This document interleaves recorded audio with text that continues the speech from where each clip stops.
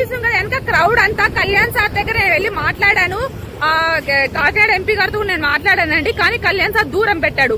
ఎందుకంటే మాల్లో ఉన్నారు కదా కళ్యాణ్ సార్.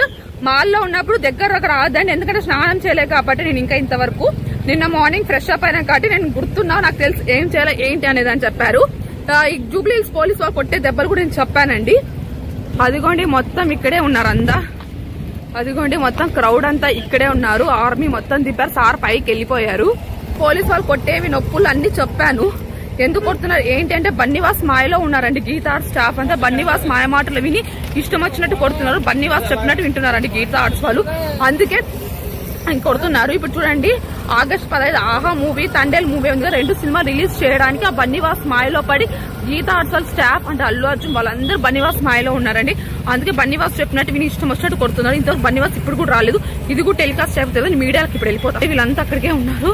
మొత్తము హౌస్ దగ్గర అందరూ బన్నీవాస్ చెప్పినట్టు వింటున్నారండి గీతా ఆర్ట్స్ వాళ్ళు. అందుకనే ఈ విషయం